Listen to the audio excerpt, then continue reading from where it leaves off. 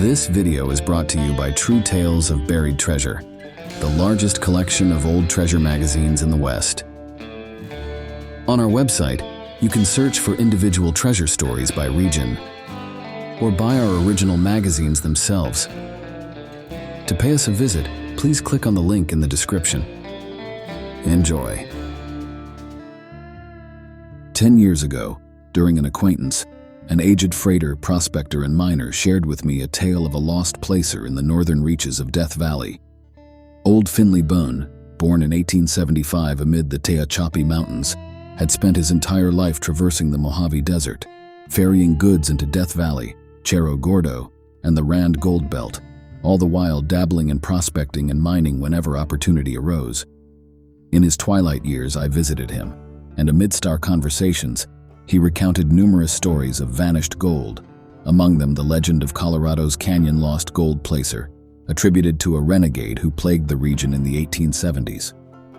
However, the narrative Finley presented held too many unsatisfactory gaps, prompting me to set it aside for future scrutiny, hopeful that I might encounter someone with deeper insights into the tale than Finley possessed. Several years later, while visiting another acquaintance, a retired sheepherder named Alfred Girard, who had relocated from Bishop to the Indian Wells Valley near my home, I inquired if he was familiar with the aforementioned story. His response was nothing short of astonishing. "Ha!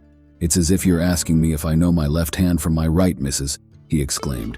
"Of course I'm acquainted with Crisanto Santavinas, and this lost gold tale of Colorado's Canyon, it's his saga." He gestured with a weathered, calloused hand, palm upturned. "Look here, missus. In this very hand I once held Chris's magnificent gold nuggets. Yes, me. He even divulged the location of their discovery and why he never returned to claim them. But I've harbored this story for countless years, busy tending to sheep, believing I'd pursue the gold in my retirement. Alas, age and infirmity now prevent such endeavors, so I entrust it to you." In the early 1900s, Alfred Girard arrived in the United States as a youthful immigrant, tasked with herding sheep for a Basque rancher. His domain spanned the Owens Valley and its environs, trailing the spring grass and ascending gradually into higher altitudes for summer pasturage. It was during his tenure in Owens Valley that Girard encountered the Chilean prospector Crisanto Santavinas and his son. Father and son, both named Crisanto, were known as Old Chris and Young Chris. Back in the late 1870s, they made a living by producing charcoal on Cerro Gordo, a tall peak near Owens Lake. A family friend named Juan Reyes managed the ore-smelting furnaces. In 1882, when young Chris was 18, Juan got a contract to build furnaces in Lida, Nevada. He asked Old Chris if young Chris could join him to help with the supply animals. Old Chris agreed, trusting Juan to look after his son like his own. Before they left, Old Chris reminded young Chris to obey Juan like he was his father. Young Chris was excited for the adventure, hoping to make money and see more of the world beyond Cerro Gordo. On the day of departure, Papa Santavinas waved goodbye as they started their journey down the steep Cerro Gordo trail. As they descended to the valley, the weary duo and their horses sought respite. It was there they chanced upon a Native American lad, imbued with the knowledge of the Spanish tongue from his encounters with the region's inhabitants. Juan, seizing the opportunity, inquired about a shorter trail to Lida. "Do you know of a swifter path, boy? We must make haste to Lida," Juan asked. The boy nodded in response, prompting Juan to propose compensation in exchange for his guidance.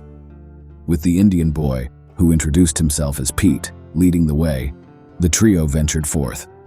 Juan grinned inwardly, satisfied with the bargain he had struck. The new route promised a faster and less perilous journey to Lida, traversing this parched land with the Indian lad as their guide. If any springs lay hidden amidst this arid expanse, Pete would know where to find them. Their small company ventured towards the ranges on the eastern side of the Salt Lake, ascending a series of hills and crossing desolate flats. Eventually, they arrived at a place where colossal volcanic boulders lay strewn in chaotic disarray. It was here that Pete guided them up a faint trail, which bifurcated at the summit of Ubahibi Peak ridges. One path led south, towards Death Valley, while the other headed north, in the general direction of Lida. Near this junction of trails, a modest spring beckoned. Canteens and water bags were filled, and the horses quenched their thirst. Yet, Contrary to expectations, the boy now steered them southeast along the ridge's crest until they reached a vast canyon, meandering from the south. At this juncture, Juan's unease grew, for the Indian lad continued to follow the curve of the expansive ravine as it wound eastward into Death Valley. "Down we go there," the boy proclaimed. "That's Colorado's canyon, but he's long gone. Through there we shall swiftly reach Lita." Reynos and young Chris peered down into the treacherous canyon, their hearts heavy with doubt. Was this Indian leading them into a trap, luring them into the lair of Colorado, the notorious outlaw? Suspicion lingered, but they had no choice. Reynos motioned for young Chris to follow, placing his trust in God and gripping his rifle firmly. They trailed the Indian along the ridge overlooking the massive canyon, searching for a safe descent for their horses. When they finally reached the bottom, both Chileans breathed a sigh of relief, though they remained wary of a potential attack at any moment. The Indian led them down the middle of the canyon bed without a care. Halfway through, he abruptly stopped and began digging at a damp spot, grinning up at the old man and the boy. "Water," he said, motioning downward. After digging, water began to rise in the hole, providing much-needed relief. While they waited for it to fill again, Reynos, always on the lookout for gold, sifted through the black sand with his gold pan. Young Chris's eyes widened with excitement as he spotted a glimmering line of colors gold. Reynos nodded knowingly. "I suspected as much," he said, "but it's too risky to work here now. Listen, young Chris, when it's safe you must return and search for the source of this gold. Come back when you're older and you'll be wealthy." They safely reached Lita with the Indian boy's guidance and stayed until early 1883, building furnaces. Then they returned to Cerro Gordo via a longer route, unsure if they could retrace their steps through the mountains. Young Chris yearned to rush back to Colorado's canyon to search for the gold source, but his father vehemently opposed the idea, forbidding him from going back. As a result, young Chris never returned to Colorado's canyon. Eventually, the Santavinas family moved westward to the Kern River country. Young Chris, burdened with providing for his family, worked tirelessly and obediently, never daring to dream of prospecting. Despite growing into a man, he remained obedient to his parents' wishes. Years later, young Chris shared the story of Colorado's canyon and how to get there with two visitors who had heard of the unclaimed gold. The men packed enough provisions to sustain them for a week. Allegedly, they reached the summit of the mountain ridges where the trails diverged. There, they split up to cover all potential routes, agreeing to meet again at the top of the enigmatic sheer-walled canyon after 5 days. Both planned to descend into the canyon rumored to hold a spring of gold. After 5 days, one of the men arrived at the rendezvous as scheduled, but his partner was nowhere to be found.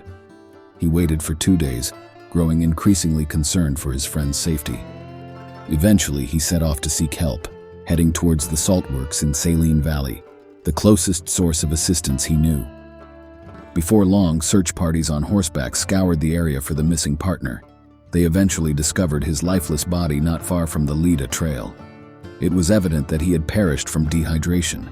Strangely, his pockets and pack contained between $10,000 and $15,000 worth of gold nuggets and dust. If he had found the spring rumored to be filled with gold, why hadn't he refilled his canteen? What had transpired? The surviving partner had no answers, and the deceased one couldn't provide any. During our recent expedition into the Saline Valley region, we paused atop a lofty ridge to assess our surroundings. In the distance to the southeast, we glimpsed Death Valley's racecourse, with Ubahibi Peak rising to the east. Mountains adorned the skyline in all directions, rendering wheeled vehicles impractical. A search on foot or horseback seemed inevitable. Somewhere amidst those labyrinthine mountain ridges lay the Indian boy's path to Colorado's canyon and its unclaimed gold. Perhaps a more effective method to locate the elusive canyon would involve using binoculars from a vantage point in front of Scotty's castle, gazing towards the distant Cottonwood Mountains and the Last Chance Range. Who knows? You might be the one to spot a particular canyon with towering walls curving sharply into the ridge's summit. Thanks for watching. If you'd like to read the original article or purchase the magazine from which it was taken, please check out our website, truetalesofburiedtreasure.com.